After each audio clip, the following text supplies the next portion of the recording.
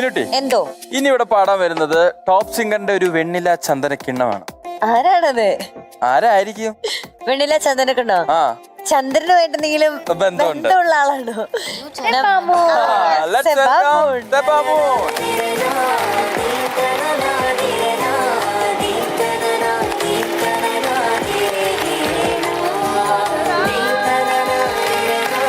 നല്ല കോസ്റ്റ്യൂം അല്ലേ?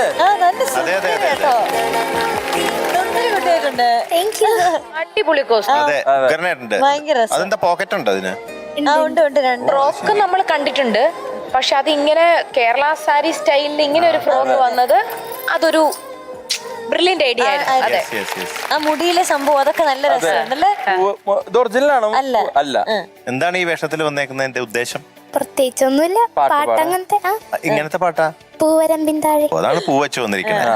ഓക്കെ, ഇനി അതിന്റെ കാര്യങ്ങളൊക്കെ പറഞ്ഞു. പാടിയത് ചിത്രാമ്മ, music Bombay Ravi sir, lyrics Kaithapram sir, cinema Vidyarambham, വർഷം 1990. തുടങ്ങാം. All the best. All the best. Thank you. All the best. Thank you. All the best. Thank U.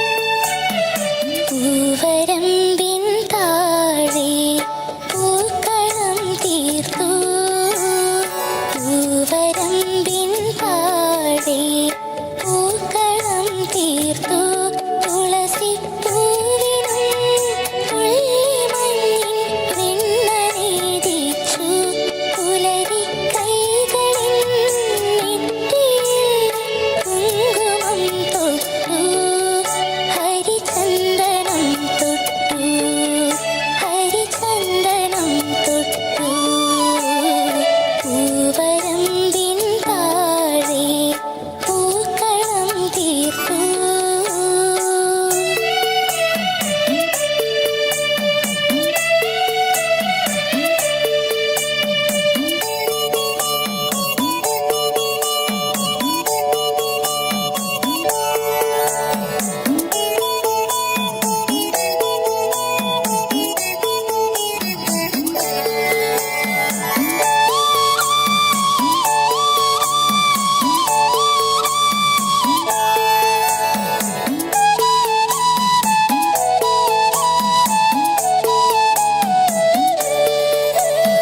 Thoovanam താണിറങ്ങും വെള്ളിമേട്ടിന്മേലെ,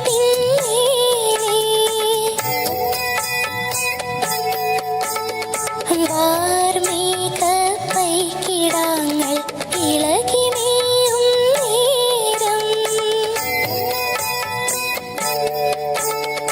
ആനന്ദക്കണിവിളക്കിലൊരായിരം കതിരുമായി പിൻവിളക്കുകൾ തൂമണ്ണിൽ പൊൻകുടങ്ങൾ തൂവി, നാളങ്ങൾ സുകൃതമായി തെളിഞ്ഞു നിൽക്കേ, മാധവം മധുലയം ഉണങ്ങിയിരിക്കേ, പൂവരം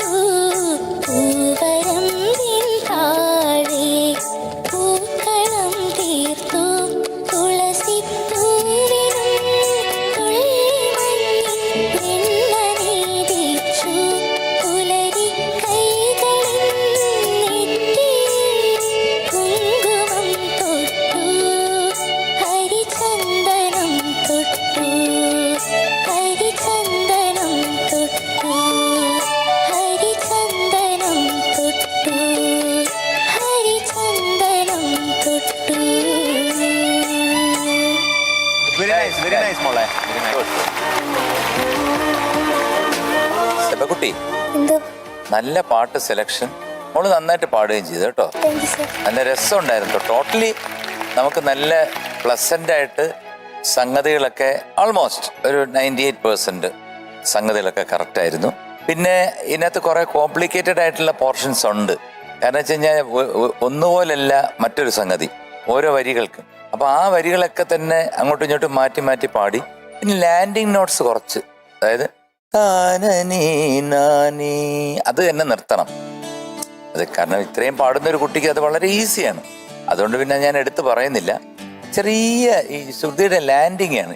ആദ്യം ഹമ്മിങ് പാടിയപ്പോഴും അതിന്റെ ഒരു ലാൻഡിങ് ഇതുണ്ടല്ലോ. മോടേന്ന് നമ്മൾ ഒരുപാട് പ്രതീക്ഷിക്കും. കാരണം നന്നായിട്ട് പാടുന്ന ഒരു കുട്ടിയാണ്. അപ്പൊ അത് വന്ന് നിൽക്കുമ്പോൾ തന്നെ നമുക്ക് ഇന്ന് കലക്കും എന്ന് ഞങ്ങളൊരു പ്രതീക്ഷയോടുകൂടി ഇരിക്കുന്നോണ്ടായിരിക്കാം ചിലപ്പോൾ ഈ വളരെ മൈന്യൂട്ടായിട്ടുള്ള കാര്യത്തിനും ഞങ്ങൾക്ക് പറയേണ്ടി വരുന്നത്.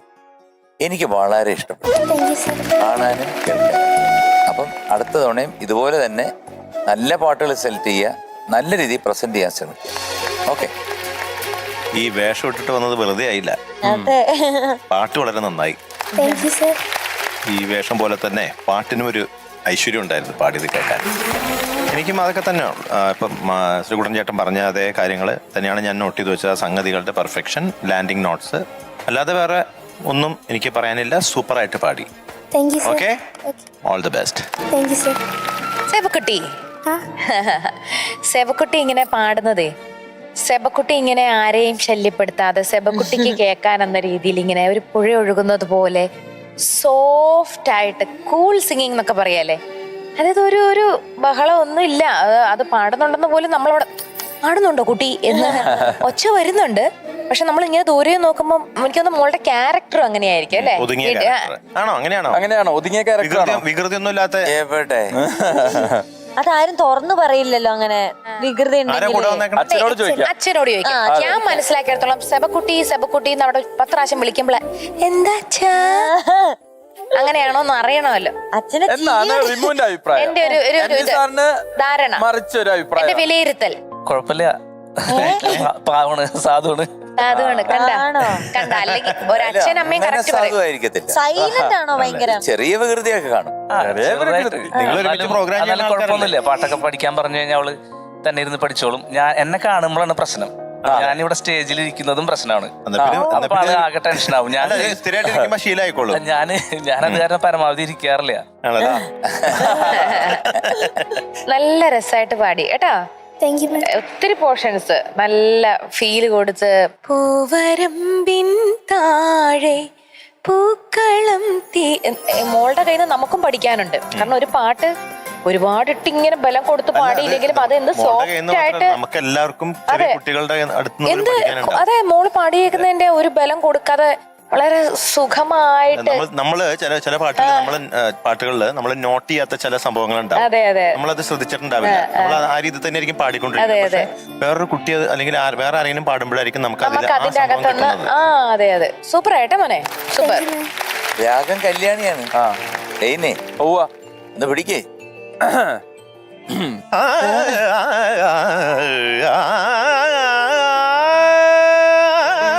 പാടിയ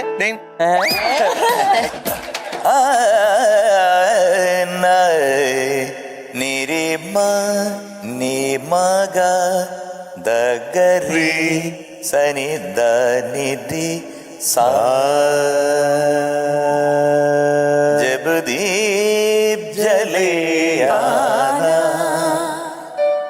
ജബ് ശാം ഢലേ ആന जब दीप जले जब शाम ढले आना संगीत मिलन का भूल न जाना मेरा प्यार न बिसरा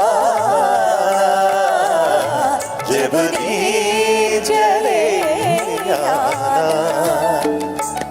जब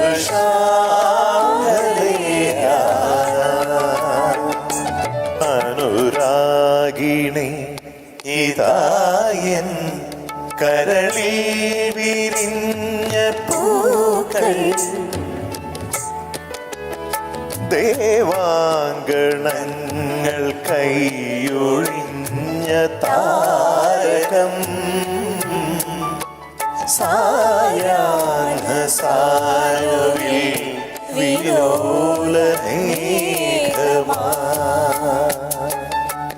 അഴകിൻ പരിരം പൊഴിയും നിന്നെ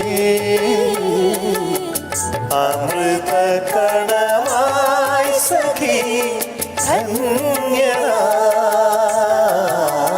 ദേവാങ്കണങ്ങൾ കൈയൊഴിഞ്ഞ താരകം സായാഹ്ന സാനുവിൽ വിലോല മേഘമാ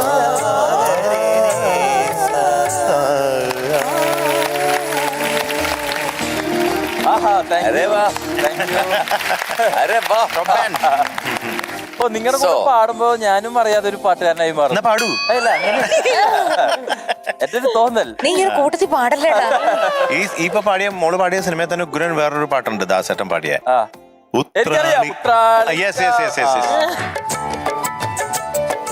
ഉത്രാളിക്കാവിലെ പട്ടോല പന്തലിൽ കുളിരമ്പിളി വളയങ്ങൾ തോരണമായി ഉത്രാളിക്കാവിലെ പട്ടോല പന്തലിൽ കുളിരമ്പിളി വളയങ്ങൾ തോരണമായി മഞ്ഞിലത്തുമ്പികളെ കൊഞ്ചിയുണർത്താൻ മഞ്ഞിലത്തുമ്പികളെ കൊഞ്ചിയുണർത്താൻ അണിയറയിൽ പൂപ്പടതൻ ആരവമായി ഉത്രാളിക്കാവിലെ പട്ടോല പന്തലിൽ കുളിരമ്പിളി വളയങ്ങൾ തോരണമായി ഉത്രാളിക്കാവിലെ പട്ടോല പന്തലിൽ കുളിരമ്പിളി വളയങ്ങൾ തോരണമായി ഓക്കേ മോളിൽ നിന്ന് നന്നായിട്ട് പാടി എങ്കിലും today we are giving you 99 out of 100. Andi ഒരു ഉത്രാളിക്കാവ് പൂക്കുറ്റി. അപ്പൊ സബക്കുട്ടി ഹാപ്പി ആണല്ലോ? ഓക്കെ അപ്പൊ അടുത്ത റൗണ്ടിൽ നമുക്ക് ബൈ ബൈ. മോൾ ഇങ്ങനെ അറിയും ബൈ ഇങ്ങനെയൊക്കെ പറയുള്ളൂ. ഒച്ചയൊന്നും എടുക്കൂല. സൈലന്റ് ആയിട്ട് ബൈ